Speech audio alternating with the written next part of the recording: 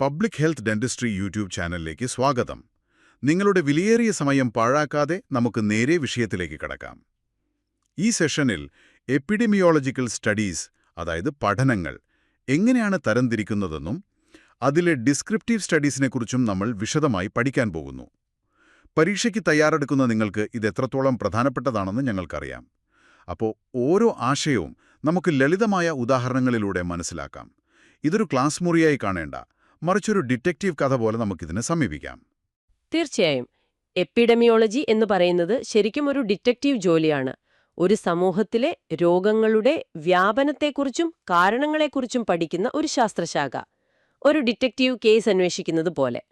അപ്പോൾ ഇന്ന് നമ്മൾ ആ ഡിറ്റക്റ്റീവിന്റെ ടൂൾ കിറ്റിലെ പ്രധാനപ്പെട്ട ഉപകരണങ്ങളെക്കുറിച്ചാണ് സംസാരിക്കാൻ പോകുന്നത്. അതായത് പഠനരീതികൾ. എവിടെ നിന്നാണ് അന്വേഷണം തുടങ്ങുന്നത്? നല്ല ചോദ്യം.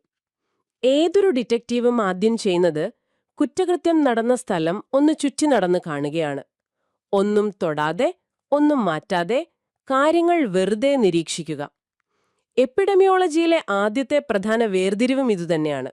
നമ്മളൊരു സാഹചര്യം വെറുതെ നിരീക്ഷിക്കുകയാണോ, അതായത് ഒബ്സർവേഷണൽ, അതിൽ ഇടപെടുന്നുണ്ടോ എന്ന്? അതെ, അതിൽ ഇടപെട്ട് എന്തെങ്കിലും മാറ്റം വരുത്തി പഠിക്കുകയാണോ, അതായത് എക്സ്പെരിമെന്റൽ ആണോ എന്ന്. Okay, observational, experimental. ഈ വ്യത്യാസം ഒന്നുകൂടി ലളിതമാക്കാൻ ഒരു ഉദാഹരണം പറയാമോ? തീർച്ചയായും. ഒരു വന്യജീവി ഫോട്ടോഗ്രാഫറെയും ഒരു കെമിസ്ട്രിനെയും ഓർത്താൽ മതി. ഫോട്ടോഗ്രാഫർ കാട്ടിൽ ഒളിച്ചിരുന്ന് മൃഗങ്ങളുടെ സ്വാഭാവികമായ പെരുമാറ്റം നിരീക്ഷിക്കുന്നു, ഫോട്ടോ എടുക്കുന്നു. അത് ഒബ്സർവേഷണൽ സ്റ്റഡി. എന്നാൽ കെമിസ്റ്റ് ലാബിൽ 2 രാസവസ്തുക്കൾ കൂട്ടിച്ചേർത്ത് എന്ത് സംഭവിക്കുന്നു എന്ന് പരീക്ഷിച്ചു നോക്കുന്നു. അത് എക്സ്പെരിമെന്റൽ സ്റ്റഡി. വളരെ വ്യക്തമായി. അപ്പോൾ നമുക്ക് ഈ ഫോട്ടോഗ്രാഫറുടെ, അതായത് ഒബ്സർവേഷണൽ സ്റ്റഡീസിന്റെ ലോകത്തേക്ക് ആദ്യം പോകാം. അവിടെ എന്തൊക്കെയാണ് കാണാനുള്ളത്? ഒബ്സർവേഷണൽ സ്റ്റഡീസിനെ നമ്മൾ വീണ്ടും 2ആയി തിരിക്കും. ആദ്യത്തേത് ഡിസ്ക്രിപ്റ്റീവ് സ്റ്റഡീസ്. ഡിസ്ക്രിപ്റ്റീവ് സ്റ്റഡീസ് ഇവിടെ ഡിറ്റക്റ്റീവ് ചോദിക്കുന്നത് 3 ചോദ്യങ്ങളാണ്. ആർക്കാണ് രോഗം വന്നത്, അതായത് ഹൂ. എവിടെയാണ് വന്നത്, വേർ.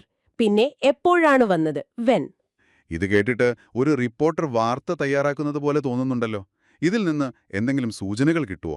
തീർച്ചയായും. ചിലപ്പോൾ വളരെ നിർണായകമായ സൂചനകൾ വരെ ലഭിക്കാം. ഇതിലെ ആദ്യത്തെ ഒരു പടിയാണ് കേസ് റിപ്പോർട്ട്. ഒരു ഡോക്ടർക്ക് വളരെ വിചിത്രമായ ഒരു രോഗലക്ഷണം ഒരു രോഗിയിൽ കാണുന്നു. ഹേയ്, ഞാൻ ഇതുവരെ ഇങ്ങനെയൊന്നും കണ്ടിട്ടില്ല എന്നൊരവസ്ഥ. ഒരു ഉദാഹരണം പറയാമോ? പറയാം. വെള്ളി കഴിച്ചതുകൊണ്ട് ശരീരം മുഴുവൻ നീല നിറമായ ഒരു മനുഷ്യനെക്കുറിച്ച് ഒരു ഡോക്ടർ റിപ്പോർട്ട് എഴുതുന്നത് ഒരു കേസ് റിപ്പോർട്ടാണ്. ഒരൊറ്റ കേസ്, ശരി. പക്ഷേ ഒന്നിൽ കൂടുതൽ പേർക്ക് ഇതേ അവസ്ഥ വന്നാലോ? അതാണ് അടുത്ത ഘട്ടം. Case series. ശരി, ഇപ്പോ അങ്ങനത്തെ 10 പേരുണ്ട് എന്ന അവസ്ഥ. ഒരേ രോഗാവസ്ഥയുള്ള ഒരു കൂട്ടം രോഗികളെക്കുറിച്ചുള്ള റിപ്പോർട്ട്. കോവിഡിന്റെ തുടക്കത്തിൽ വുഹാനിലെ ഡോക്ടർമാർക്ക് ഒരേപോലത്തെ വിചിത്രമായ ന്യൂമോണിയ കേസുകൾ ഒരുമിച്ച് കിട്ടിത്തുടങ്ങി. അതൊരു കേസ് സീരീസ് ആയിരുന്നു. അത് ലോകത്തിന്റെ ശ്രദ്ധ പിടിച്ചുപറ്റിയല്ലോ. അതെ. ഓക്കെ, അപ്പോൾ നമ്മൾ ഒറ്റപ്പെട്ട കേസുകളിൽ നിന്നൊരു പാറ്റേൺ കണ്ടെത്താൻ ശ്രമിക്കുന്നു.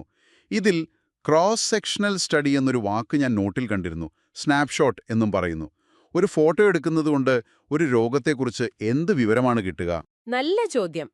ക്രോസ് സെക്ഷണൽ സ്റ്റഡി എന്നത് ഒരു വലിയ ജനക്കൂട്ടത്തിന്റെ ഒരു പ്രത്യേക നിമിഷത്തിലെ ചിത്രം എടുക്കുന്നത് പോലെയാണ്. ഒരു സ്റ്റേഡിയത്തിലിരുന്ന് നിങ്ങളൊരു പാനോറമിക് ഫോട്ടോ എടുത്തിട്ട് ഇപ്പൊ ഈ നിമിഷം എത്ര പേര് ചുവന്ന തൊപ്പി വെച്ചിട്ടുണ്ട് എന്നെണ്ണുന്നു. അതുപോലെ ഒരു സമൂഹത്തിൽ പോയി ഇന്ന് എത്ര പേർക്ക് പ്രമേഹമുണ്ട് എന്ന് പരിശോധിക്കുന്നു. ഓക്കെ, അപ്പൊ ആ നിമിഷത്തെ ഒരു കണക്ക് കിട്ടും. അതെ. ഇത് നമുക്ക് ആ സമയത്തെ രോഗത്തിന്റെ വ്യാപ്തി, അതായത് പ്രെവലൻസ് എത്രയുണ്ടെന്ന് പറഞ്ഞുതരും. പക്ഷേ അവർക്ക് എപ്പോഴാണ് പ്രമേഹം വന്നതെന്നോ എന്തുകൊണ്ടാണ് വന്നതെന്നോ ഈ ഒറ്റ ഫോട്ടോയിൽ നിന്ന് മനസ്സിലാവില്ല. മനസ്സിലായി. അപ്പോ ഡിസ്ക്രിപ്റ്റീവ് സ്റ്റഡീസ് നമുക്ക് എന്താണ് സംഭവിക്കുന്നത് എന്നതിൻ്റെ ഒരു ചിത്രം തരുന്നു. പക്ഷേ എന്തുകൊണ്ടത് സംഭവിക്കുന്നു എന്ന വലിയ ചോദ്യത്തിന് ഉത്തരം കിട്ടുന്നില്ല. അതിന് നമ്മുടെ ഡിറ്റക്റ്റീവ് എന്ത് ചെയ്യും? അവിടെയാണ് ഒബ്സർവേഷണൽ പഠനങ്ങളിലെ 2ാമത്തെ വിഭാഗം വരുന്നത്. Analytical studies. ഇവിടെ ഡിറ്റക്റ്റീവ് സംശയമുള്ളവരെ ചോദ്യം ചെയ്യാൻ തുടങ്ങുന്നു. രോഗകാരണത്തെക്കുറിച്ച് ഡിസ്ക്രിപ്റ്റീവ് പഠനങ്ങളിൽ നിന്ന് കിട്ടിയ സൂചനകൾ ഇവിടെ പരീക്ഷിക്കുന്നു. ഇതിലെപ്പോഴും ഒരു താരതമ്യമുണ്ടാകും. താരതമ്യമോ? അതെങ്ങനെയാണ്? ഇതിലെ ആദ്യത്തെ രീതിയാണ് case control study. Case control study ഇതിന്റെ ദിശ പിന്നോട്ടാണ്, അതായത് റെട്രോസ്പെക്റ്റീവ്. നമ്മൾ ആദ്യം രോഗമുള്ള കുറച്ചുപേരെ, അതായത് കേസസ്, കണ്ടെത്തുന്നു. ഉദാഹരണത്തിന് വായൽ ക്യാൻസർ വന്നവർ. പിന്നെ അതേപോലെയുള്ള പക്ഷേ രോഗമില്ലാത്ത കുറച്ചുപേരെയും, അതായത് കൺട്രോൾസ്, കണ്ടെത്തുന്നു. എന്നിട്ട് രണ്ട് കൂട്ടരോടും അവരുടെ ഭൂതകാലത്തെക്കുറിച്ച് ചോദിക്കുന്നു. നിങ്ങൾ പുകവലിക്കുമായിരുന്നോ, വെറ്റില മുറുക്കുമായിരുന്നോ? ഓക്കെ. അപ്പോൾ രോഗമുള്ളവരുടെ ശീലങ്ങളും രോഗമില്ലാത്തവരുടെ ശീലങ്ങളും തമ്മിൽ എന്തെങ്കിലും വ്യത്യാസമുണ്ടോ എന്ന് നോക്കുന്നു. പക്ഷേ ഇന്നലെ എന്ത് കഴിച്ചുവെന്ന് ചോദിച്ചാൽ പോലും ഞാൻ കുറച്ചുനേരം ആലോചിക്കും. ഓർമ്മയിലെ പിശകുകൾ ഈ പഠനത്തെ ബാധിക്കില്ലേ? തീർച്ചയായും ബാധിക്കാം. അതിതിന്റെ ഒരു പരിമിതിയാണ്. എങ്കിലും പെട്ടെന്ന് ഉത്തരം കണ്ടെത്തേണ്ട സാഹചര്യങ്ങളിൽ ഇത് വളരെ ഉപകാരപ്രദമാണ്. ഒരു കല്യാണ സദ്യ കഴിച്ചു കുറേ പേർക്ക് ഭക്ഷ്യവിഷബാധയേറ്റാൽ വിഷബാധയേറ്റവരോടും ഏൽക്കാത്തവരോടും നിങ്ങൾ ഐസ്ക്രീം കഴിച്ചിരുന്നോ എന്ന് ചോദിച്ച് താരതമ്യം ചെയ്താൽ പെട്ടെന്ന് കാരണം കണ്ടെത്താമല്ലോ. ശരിയാണ്. ഇവിടെ ഉപയോഗിക്കുന്ന സ്റ്റാറ്റിസ്റ്റിക്സ് ഏതാണ്? ഇവിടെ നമ്മൾ ഉപയോഗിക്കുന്ന ഒരു പ്രധാനപ്പെട്ട അളവാണ് ഓഡ്സ് റേഷ്യോ അല്ലെങ്കിൽ OR. ശരി. അപ്പോൾ കേസ് കൺട്രോളിൽ നമ്മൾ ഭൂതകാലത്തിലേക്കാണ് നോക്കുന്നത്. പക്ഷെ രോഗം വരുന്നത് നേരിട്ട് കാണണമെങ്കിൽ, അതായത് ഭാവിയിലേക്ക് നോക്കി പഠിക്കാൻ എന്തെങ്കിലും മാർഗമുണ്ടോ? അതിനുള്ള ഏറ്റവും ശക്തമായ വഴിയാണ് കൊഹോർട്ട് സ്റ്റഡി. ഇതിന്റെ ദിശ മുന്നോട്ടാണ്, അതായത് പ്രൊസ്പെക്റ്റീവ്. ഇതൊരു ഡോക്യുമെന്ററി ഷൂട്ട് ചെയ്യുന്നത് പോലെയാണ്. നമ്മൾ ആരോഗ്യവാന്മാരായ ഒരു വലിയ സംഘം ആളുകളെ എടുക്കുന്നു, എന്നിട്ട് അവരെ രണ്ടായി തിരിക്കുന്നു.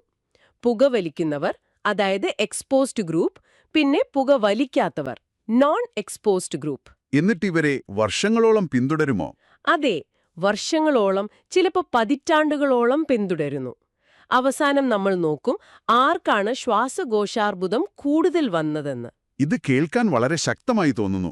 കാരണം നമ്മൾ രോഗമുണ്ടാകുന്നത് നേരിട്ട് കാണുകയാണല്ലോ. കറക്റ്റ്. പുകവലിയും ശ്വാസകോശാർബുദം തമ്മിലുള്ള ബന്ധം സംശയലേശമന്യ തെളിയിച്ചത് ബ്രിട്ടീഷ് ഡോക്ടർമാരെ പതിറ്റാണ്ടുകളോളം പിന്തുടർന്ന ഒരു കൊഹോർട്ട് സ്റ്റഡിയാണ്. പക്ഷേ ഇതിന് ഒരുപാട് സമയവും പണവും വേണം. ഇവിടെ ഉപയോഗിക്കുന്ന അളവ് എന്താണ്? ഇവിടെ നമ്മൾ കണക്കാക്കുന്ന റിസ്കിന്റെ അളവാണ് റിലേറ്റീവ് റിസ്ക് അല്ലെങ്കിൽ RR. ഒരു നീണ്ട ഡോക്യുമെന്ററി അല്ലേ? വളരെ ശരിയായ നിരീക്ഷണം. ആ താരതമ്യം വളരെ കൃത്യമാണ്. പക്ഷേ ഈ ഡോക്യുമെന്ററി കണ്ടാലും നമുക്ക് 100% ഉറപ്പിച്ചു പറയാൻ പറ്റുമോ പുകവലി കാരണം തന്നെയാണ് ക്യാൻസർ വന്നതെന്ന്? എന്തെങ്കിലും ഒന്ന് തെളിയിക്കാൻ എന്തു ചെയ്യണം? അവിടെയാണ് നമ്മുടെ കെമിസ്റ്റ് രംഗപ്രവേശം ചെയ്യുന്നത്. അതായത് എക്സ്പെരിമെന്റൽ സ്റ്റഡീസ് ഒരു കാര്യത്തിന്റെ കാരണവും അതിന്റെ ഫലവും, കോസ് ആൻഡ് എഫക്റ്റ്, കൃത്യമായി തെളിയിക്കാൻ ഈ പഠനങ്ങൾക്ക് മാത്രമേ കഴിയൂ. ഇവിടെ ഗവേഷകനൊരു കാഴ്ചക്കാരനല്ല, മറിച്ച് ഒരു സംവിധായകനാണ്. അതായത് ഒരു ഗ്രൂപ്പിന് പുതിയ മരുന്ന് കൊടുക്കുന്നു, മറ്റേ ഗ്രൂപ്പിന് മരുന്നില്ലാത്ത ഒരു ഗുളികയും, അതായത് പ്ലേസ്ബോ കൊടുക്കുന്നു, എന്നിട്ട് ഫലം താരതമ്യം ചെയ്യുന്നു. ഇതിലെ ഗോൾഡ് സ്റ്റാൻഡേർഡ് എന്ന് പറയുന്ന റാൻഡമൈസ്ഡ് കൺട്രോൾഡ് ട്രയൽ RCT എന്തുകൊണ്ടാണത് ഇത്ര പ്രധാനപ്പെട്ടതാവുന്നത്? റാൻഡമൈസ്ഡ് കൺട്രോൾഡ് ട്രയൽസിൽ രോഗികളെ ഏത് ഗ്രൂപ്പിലേക്ക് വിടണമെന്ന് തീരുമാനിക്കുന്നത് യാദൃശ്ചികമായിട്ടാണ്. ഒരു നാണയം ടോസ് ചെയ്യുന്നത് പോലെ. ഓ, അപ്പോ ഒരു കോയിൻ ടോസ് ചെയ്യുന്ന പോലെ. അതെ, ഇതിനെ റാൻഡമൈസേഷൻ എന്ന് പറയുന്നു. ഇത് ഗവേഷകരുടെ ഇഷ്ടാനിഷ്ടങ്ങൾ കാരണമോ മറ്റെന്തെങ്കിലും കാരണങ്ങൾ കൊണ്ടോ ഉണ്ടാകാവുന്ന പക്ഷപാതം, അതായത് ബയാസ്, ഒഴിവാക്കാൻ സഹായിക്കുന്നു. പലപ്പോഴും ആർക്കാണ് യഥാർത്ഥ മരുന്ന് കിട്ടിയതെന്ന് രോഗിക്കും ഡോക്ടർക്കും പോലും അറിയില്ലായിരിക്കാം. ഇതിനെ ബ്ലൈൻഡിംഗ് എന്ന് പറയും. പക്ഷേ ചില കാര്യങ്ങളിങ്ങനെ പരീക്ഷിക്കാൻ പറ്റില്ലല്ലോ. ഉദാഹരണത്തിന്, ഒരു നാടിന് മുഴുവനായി കുടിവെള്ളത്തിൽ ഫ്ലൂറൈഡ് ചേർക്കുന്നതിന്റെ ഗുണം പഠിക്കണമെങ്കിൽ ആളുകളെ റാൻഡമായി തിരിക്കാൻ പറ്റില്ല. അപ്പോഴെന്ത് ചെയ്യും? അത്തരം സാഹചര്യങ്ങളിലാണ് നമ്മൾ നോൺ റാൻഡമൈസ്ഡ് അല്ലെങ്കിൽ ക്വാസി എക്സ്പെരിമെന്റൽ സ്റ്റഡീസ് ഉപയോഗിക്കുന്നത്. ഇവിടെയും ഒരു ഇടപെടലുണ്ട്, പക്ഷേ റാൻഡമൈസേഷൻ പ്രായോഗികമല്ല. നിങ്ങൾ പറഞ്ഞ ഉദാഹരണം ഒരു കമ്മ്യൂണിറ്റി ട്രയൽ. ഒരു പട്ടണത്തിലെ വെള്ളത്തിൽ ഫ്ലൂറൈഡ് ചേർക്കുകയും മറ്റൊന്നിൽ ചേർക്കാതിരിക്കുകയും ചെയ്ത് വർഷങ്ങൾക്ക് ശേഷം കുട്ടികളിലെ ദന്തക്ഷയത്തിന്റെ ഡെന്റൽ കാരീസ് അളവ് താരതമ്യം ചെയ്യുന്നത് ഒരു ഉദാഹരണമാണ്. അപ്പോ ഫീൽഡ് ട്രയൽ എന്താണ്? ഫീൽഡ് ട്രയൽസ് സാധാരണയായി ആരോഗ്യവാന്മാരായ ആളുകളിലാണ് നടത്തുന്നത്. ഒരു വാക്സിൻ രോഗം തടയുന്നുണ്ടോ എന്ന് യഥാർത്ഥ സാഹചര്യങ്ങളിൽ, അതായത് ഫീൽഡിൽ പരീക്ഷിക്കുന്നത്. ഉള്ള എല്ലാ ടൂൾസിനെയും കുറിച്ച് ഒരു ധാരണയായി. പക്ഷേ ഏതൊരു നല്ല ഡിറ്റക്റ്റീവും തുടങ്ങുന്നത് അടിസ്ഥാന വിവരങ്ങൾ ശേഖരിച്ചുകൊണ്ടാണല്ലോ. ആരെ, എവിടെ, എപ്പോഴെന്ന് കണ്ടെത്തുന്ന ആ ആദ്യ ഘട്ടത്തിലേക്ക്, അതായത് ഡിസ്ക്രിപ്റ്റീവ് എപ്പിഡീമിയോളജിയിലേക്ക് നമുക്ക് വിശദമായി കടക്കാം. നിങ്ങളുടെ നോട്ടുകളിൽ അതിനെ ഒരു 6 ഘട്ടങ്ങളുള്ള ചെക്ക് ലിസ്റ്റായി പറയുന്നുണ്ട്. ഉണ്ട്. വ്യക്തമായ 6 ഘട്ടങ്ങളുണ്ട്. ഒരു ഡിറ്റക്റ്റീവിന്റെ ചെക്ക് ലിസ്റ്റ് പോലെ തന്നെ. എന്താണ് ആദ്യത്തെ ഘട്ടം? ഘട്ടം 1, പഠിക്കേണ്ട ജനസംഖ്യയെ നിർവചിക്കുക. Defining the population. നമ്മൾ ആരെയാണ് പഠിക്കുന്നതെന്ന് വളരെ കൃത്യമായി നിർവചിക്കണം.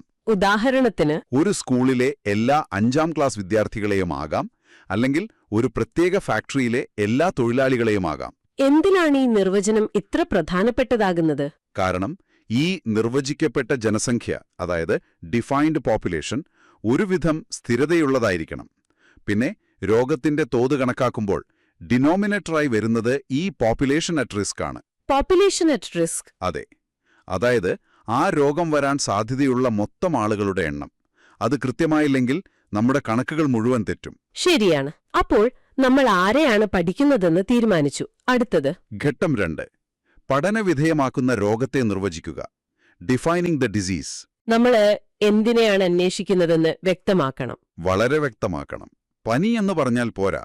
കാരണം നിങ്ങളുടെ പനി ഒരുപക്ഷെ 99 ഡിഗ്രി ഫാരൻഹീറ്റ് ആകാം, എന്റെ പനി 101 ഡിഗ്രി ഫാരൻഹീറ്റ് ആകാം. അപ്പോൾ കണക്കുകൾ തെറ്റും. തീർച്ചയായും. അതുകൊണ്ട് നമ്മളൊരു ഓപ്പറേഷണൽ ഡെഫിനേഷൻ, അതായത് ഓപ്പറേഷണൽ ഡെഫിനേഷൻ ഉണ്ടാക്കും. ഒരു നിയമപുസ്തകം പോലെ. അതെ. 100 ഡിഗ്രി ഫാരൻഹീറ്റിന് മുകളിലുള്ള പനി, ഒപ്പം ഛർദിയും. ഇങ്ങനെ കൃത്യമായി പറഞ്ഞാൽ എല്ലാ അന്വേഷകർക്കും ഒരേ നിർവചനം കിട്ടും. എല്ലാവരും ഒരേ നിയമപുസ്തകം ഉപയോഗിക്കണം. ശരി. അപ്പൊ നമ്മൾ ആരെയാണ്, എന്തിനെയാണ് അന്വേഷിക്കുന്നതെന്നും തീരുമാനിച്ചു. ഇനി യഥാർത്ഥ അന്വേഷണത്തിലേക്ക് കടക്കുകയാണല്ലേ? അതെ. ഇതാണ് അന്വേഷണത്തിന്റെ ഹൃദയം. ഘട്ടം 3, രോഗത്തെ വിവരിക്കുക. അതായത് സമയം, സ്ഥലം, വ്യക്തി. Time, place and person. എപ്പോൾ, എവിടെ, ആർക്ക്. നമുക്ക് സമയത്തിൽ നിന്ന് തുടങ്ങാം. Time distribution. സമയത്തിനനുസരിച്ച് രോഗങ്ങളുടെ രീതിയിൽ 3 തരം മാറ്റങ്ങൾ കാണാം. 1, ഹ്രസ്വകാല വ്യതിയാനങ്ങൾ, അതായത് ഷോർട്ട് ടേം ഫ്ലക്ച്വേഷൻസ്. ഇതിനെയാണ് നമ്മൾ എപ്പിഡമിക്കുകൾ എന്ന് വിളിക്കുന്നത്. രോഗം പെട്ടെന്ന് പടർന്നു പിടിക്കുന്നത്. അതെ. ഇതിൽ തന്നെ കോമൺ സോഴ്സ് എപ്പിഡമിക്കുണ്ട്. ഒരൊറ്റ ഉറവിടത്തിൽ നിന്ന് എല്ലാവർക്കും രോഗം വരുന്നത്. ഒരു പാർട്ടിയിലെ കേടായ ഭക്ഷണം പോലെ. അതാണ്. അതിനെ പോയിന്റ് സോഴ്സ് എപ്പിഡമിക് എന്ന് പറയും. ഇതിന്റെ ഗ്രാഫ് ഒരു കൂർത്ത മല പോലെ പെട്ടെന്നുയർന്ന് താഴുന്നു. ഇതിൽ തന്നെ വേറെയുമുണ്ടോ? ഉണ്ട്. കണ്ടിന്യൂസ് സോഴ്സ്, അതായത് മലിനമായ ഒരു കിണറ്റിലെ വെള്ളം കുടിച്ച് ആളുകൾക്ക് പല ദിവസങ്ങളിലായി അസുഖം വരുന്നത്. അതിന്റെ ഗ്രാഫ് ഒരു പീഠഭൂമി, ഒരു പ്ലാറ്റോ പോലെ നീണ്ടു നിൽക്കും. ഓക്കെ. കോമൺ സോഴ്സ് അല്ലാതെ മറ്റേ രീതി ഏതാണ്? അത് പ്രൊപ്പഗേറ്റഡ് എപ്പിഡമിക്കാണ്. പ്രൊപ്പഗേറ്റഡ് എപ്പിഡമിക്സ്, ഒരാളിൽ നിന്നും മറ്റൊരാളിലേക്ക് പകരുന്ന രോഗങ്ങൾ. ജലദോഷം, COVID-19 ഒക്കെ പോലെ. അതെ. രോഗം പതുക്കെ തുടങ്ങി ഒരുപാട് പേരിലേക്ക് പടർന്ന് പാരമ്യത്തിലെത്തി പിന്നെ പതുക്കെ കുറയുന്നു. ഇതിന്റെ ഗ്രാഫ് ഒരു കുന്നുപോലെ കാണപ്പെടും. ശരി. ഇത് ഹ്രസ്വകാലത്തേക്കുള്ളത്. ഇനി ആനുകാലികമായി വരുന്ന മാറ്റങ്ങളോ? അതാണ് പീരിയോഡിക് ഫ്ലക്ച്വേഷൻസ്. അതിൽ സീസണൽ ട്രെൻഡുണ്ട്. തണുപ്പുകാലത്ത് പനിയും വേനൽക്കാലത്ത് വയറിളക്കവും കൂടുന്നതുപോലെ. അതുപോലെ സൈക്ലിക് ട്രെൻഡുമുണ്ടല്ലോ. ഉണ്ട്. Cyclic trends. വാക്സിൻ വരുന്നതിനു മുൻപ് 5ാം പനി, മീസിൽസ് ഓരോ 2-3 വർഷം കൂടുമ്പോഴും ഒരു തരംഗം പോലെ പടർന്നു പിടിച്ചിരുന്നു. ദീർഘകാലത്തേക്കുള്ള മാറ്റങ്ങളും ഉണ്ടാവുമല്ലോ, പതിറ്റാണ്ടുകൾ കൊണ്ടുള്ളത്. അതാണ് മൂന്നാമത്തേത്, long term or secular trends. കഴിഞ്ഞ 50 വർഷത്തിനുള്ളിൽ പോളിയോ കുറഞ്ഞു, എന്നാൽ വായിലെ ക്യാൻസർ കൂടിയിട്ടുണ്ട്. ഇതൊക്കെ അതിന് ഉദാഹരണങ്ങളാണ്. സമയം ഒരു പ്രധാനപ്പെട്ട ക്ലൂ ആണെന്ന് മനസ്സിലായി. ഇനി നമുക്ക് സ്ഥലത്തേക്ക് വരാം. Place distribution. ഭൂമിശാസ്ത്രപരമായ സ്ഥാനം രോഗകാരണത്തിലേക്ക് വിരൽ ചൂണ്ടാം. അന്താരാഷ്ട്ര തലത്തിൽ തന്നെ വ്യത്യാസങ്ങളില്ലേ? തീർച്ചയായും. International variations. ഇന്ത്യ, ശ്രീലങ്ക പോലുള്ള രാജ്യങ്ങളിൽ വെറ്റില മുറുക്കുന്ന ശീലം കാരണം ഓറൽ ക്യാൻസർ കൂടുതലാണ്. എന്നാൽ നോർവേയിൽ ഇത് വളരെ കുറവാണ്. നമ്മുടെ രാജ്യത്തിനുള്ളിൽ തന്നെയോ? അതാണ് നാഷണൽ വേരിയേഷൻസ്. ഇന്ത്യയിൽ തന്നെ ചില പ്രത്യേക പ്രദേശങ്ങളിൽ മാത്രം ഫ്ലൂറോസിസ് അല്ലെങ്കിൽ ഗോയിറ്റർ കാണപ്പെടുന്നു. ഗ്രാമങ്ങളിലും നഗരങ്ങളിലും വ്യത്യാസമുണ്ടോ? ഉണ്ട്. Rural urban variations. നഗരങ്ങളിൽ ഒരുപക്ഷെ ആസ്മയും ഹൃദ്രോഗവും കൂടുതലായിരിക്കാം. ഗ്രാമങ്ങളിൽ വിരശല്യവും പാമ്പുകടിയും കൂടുതലായിരിക്കാം. ഇതിലെ ഏറ്റവും പ്രശസ്തമായ ഉദാഹരണം ജോൺ സ്നോയുടേതാണെന്ന് തോന്നുന്നു. അതെ, അത് ലോക്കൽ ഡിസ്ട്രിബ്യൂഷൻസിന് ഏറ്റവും മികച്ച ഉദാഹരണമാണ്. 1854 ലണ്ടനിലെ കോളറ മരണങ്ങൾ ഒരു മാപ്പിൽ രേഖപ്പെടുത്തിയപ്പോൾ എല്ലാ മരണങ്ങളും ഒരു പ്രത്യേക വാട്ടർ പമ്പിന് ചുറ്റുമായിരുന്നു. ആ സ്പോട്ട് മാപ്പ് വളരെ പ്രശസ്തമാണ്. അദ്ദേഹം ആ പമ്പിന്റെ കൈപ്പിടി ഊരിമാറ്റി. അതോടെ കോളറ നിയന്ത്രിക്കാനായി. ഒരു മാപ്പ് കൊണ്ട് ഒരു നാടിനെ രക്ഷിച്ചു. ഇതിലെ മറ്റൊരു രസകരമായ ഒന്നാണ് കുടിയേറ്റ പഠനങ്ങൾ, മൈഗ്രന്റ് സ്റ്റഡീസ്. അതെ, ജപ്പാനിലുള്ളവർക്ക് വൻകുടലിലെ ക്യാൻസർ വളരെ കുറവാണ്. എന്നാൽ അമേരിക്കയിലേക്ക് കുടിയേറുന്ന ജപ്പാൻകാരിൽ ഇതിന്റെ നിരക്ക് കൂടുന്നു. അപ്പോൾ കാരണം ജീനുകളല്ല? അല്ല, കാരണം അവരുടെ ജീനുകളല്ല, മറിച്ച് അവർ സ്വീകരിക്കുന്ന പാശ്ചാത്യ ഭക്ഷണരീതി പോലുള്ള പാരിസ്ഥിതിക ഘടകങ്ങളാണ്. ശരി. അപ്പോൾ സമയം, സ്ഥലം എന്നീ തെളിവുകൾ നമ്മൾ ശേഖരിച്ചു.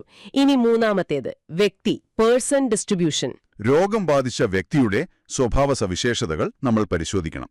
ഇതിൽ പ്രായം, അതായത് ഏജ്, വളരെ പ്രധാനമാണ്. ചിക്കൻ പോക്സ് കുട്ടികളിലും ഹൃദയാഘാതം മുതിർന്നവരിലും. അതെ, ചില രോഗങ്ങൾക്ക് ബൈമോഡാലിറ്റി കാണാം. ബൈമോഡാലിറ്റി അതെന്താണ്? അതായത് 2 പ്രായത്തിൽ രോഗം കൂടുതലായി കാണപ്പെടും. ദന്തക്ഷയം ഇതിനു മികച്ച ഉദാഹരണമാണ്. അതെങ്ങനെ? കുട്ടിക്കാലത്ത് പല്ലിന്റെ വിടവുകളിൽ പിറ്റ് ആൻഡ് ഫിഷർ കാരീസായും പ്രായമാകുമ്പോൾ മോണയിറങ്ങി പല്ലിന്റെ വേരുകളിൽ റൂട്ട് കാരീസായും കാണപ്പെടുന്നു. ഓക്കെ. ലിംഗഭേദം, തൊഴിൽ എന്നിവയൊക്കെ എങ്ങനെയാണ് രോഗത്തെ സ്വാധീനിക്കുന്നത്? പുരുഷന്മാരിലാണ് സ്ത്രീകളെ അപേക്ഷിച്ച് വായിലെ ക്യാൻസർ കൂടുതൽ.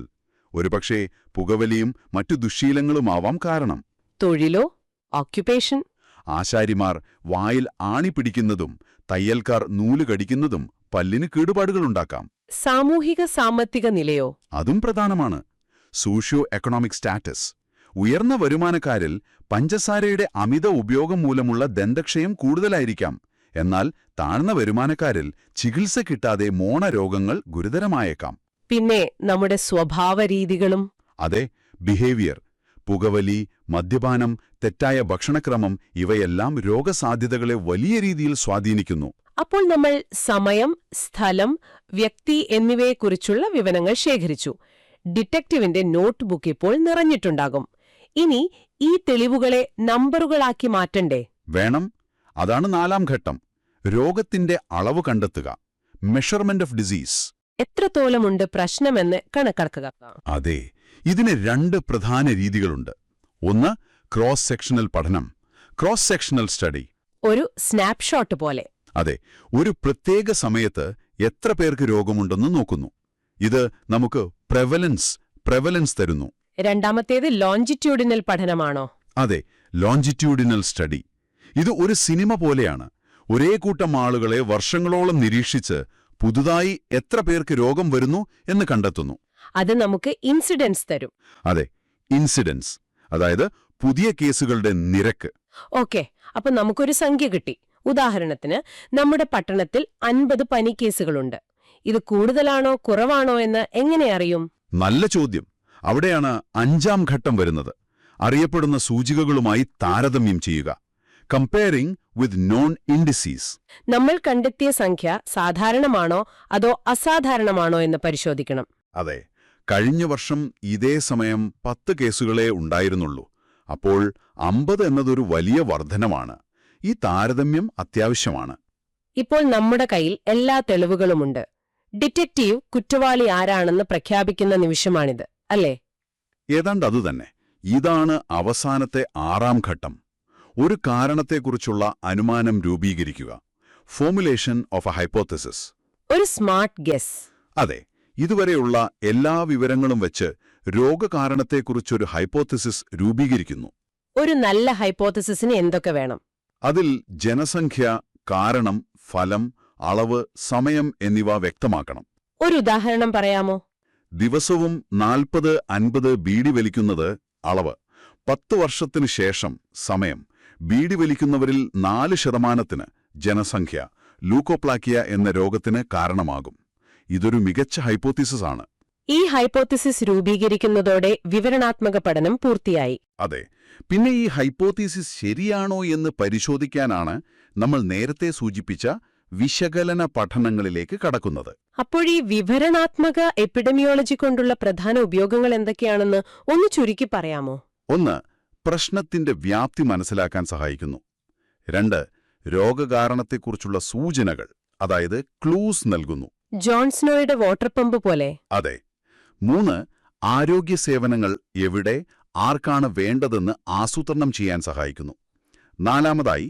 അടുത്ത ഘട്ടമായ വിശകലന പഠനങ്ങൾക്ക് അടിത്തറയിടുന്നു. അപ്പോൾ ചുരുക്കി പറഞ്ഞാൽ വിവരണാത്മക എപ്പിഡമിയോളജി എന്നത് ഒരു കുറ്റാന്വേഷണത്തിന്റെ ആദ്യപടിയാണ്. എന്തുകൊണ്ട് എന്ന് ചോദിക്കുന്നതിന് മുൻപ് ആര്, എവിടെ, എപ്പോൾ എന്ന് കൃത്യമായി വിവരിക്കുക. അതെ. ഈ അടിത്തറയില്ലാതെ ഒരു രോഗത്തെയും നമുക്ക് കീഴടക്കാനാവില്ല. കേൾക്കുന്ന വിദ്യാർത്ഥികളോട് എന്താണ് പറയാനുള്ളത്? നിങ്ങളുടെ പഠനത്തിനും ഭാവിയിലെ പ്രാക്ടീസിനും ഇത് എങ്ങനെ ഉപയോഗിക്കാമെന്ന് ചിന്തിക്കുക. നിങ്ങളുടെ ക്ലിനിക്കിൽ വരുന്ന രോഗികളിൽ ഒരു പാറ്റേൺ ശ്രദ്ധയിൽപ്പെട്ടാൽ, ഉദാഹരണത്തിന് ഒരു പ്രത്യേക സ്ഥലത്തു നിന്ന് വരുന്നവർക്ക് ഒരു പ്രത്യേക തരം ദന്തക്ഷയം കൂടുതലായി കാണുന്നുണ്ടെങ്കിൽ, നിങ്ങൾ അവിടെ ഒരു എപ്പിഡെമിയോളജിസ്റ്റിന്റെ ആദ്യപടി ചെയ്യുകയാണ്. നിങ്ങളുടെ നിരീക്ഷണങ്ങൾക്ക് ഒരുപക്ഷെ ഒരു പുതിയ കണ്ടെത്തലിലേക്ക് നയിക്കാൻ കഴിഞ്ഞേക്കാം.